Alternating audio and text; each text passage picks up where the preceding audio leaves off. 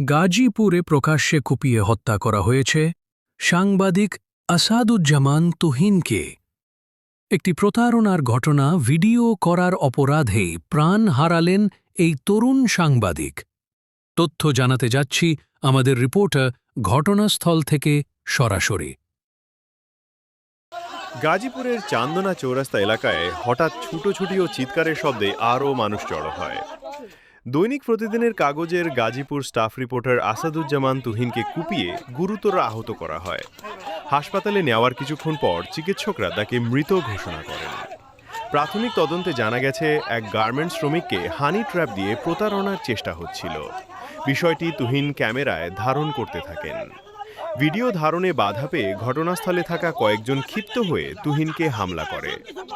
ধারালো অস্ত্রের আঘাতে তিনি মাটিতে লুটিয়ে পড়েন। পুলিশ বলছে, আমরা 7 জনকে গ্রেফতার করেছি। প্রমাণ সংগ্রহ ও জিজ্ঞাসাবাদের কাজ চলছে।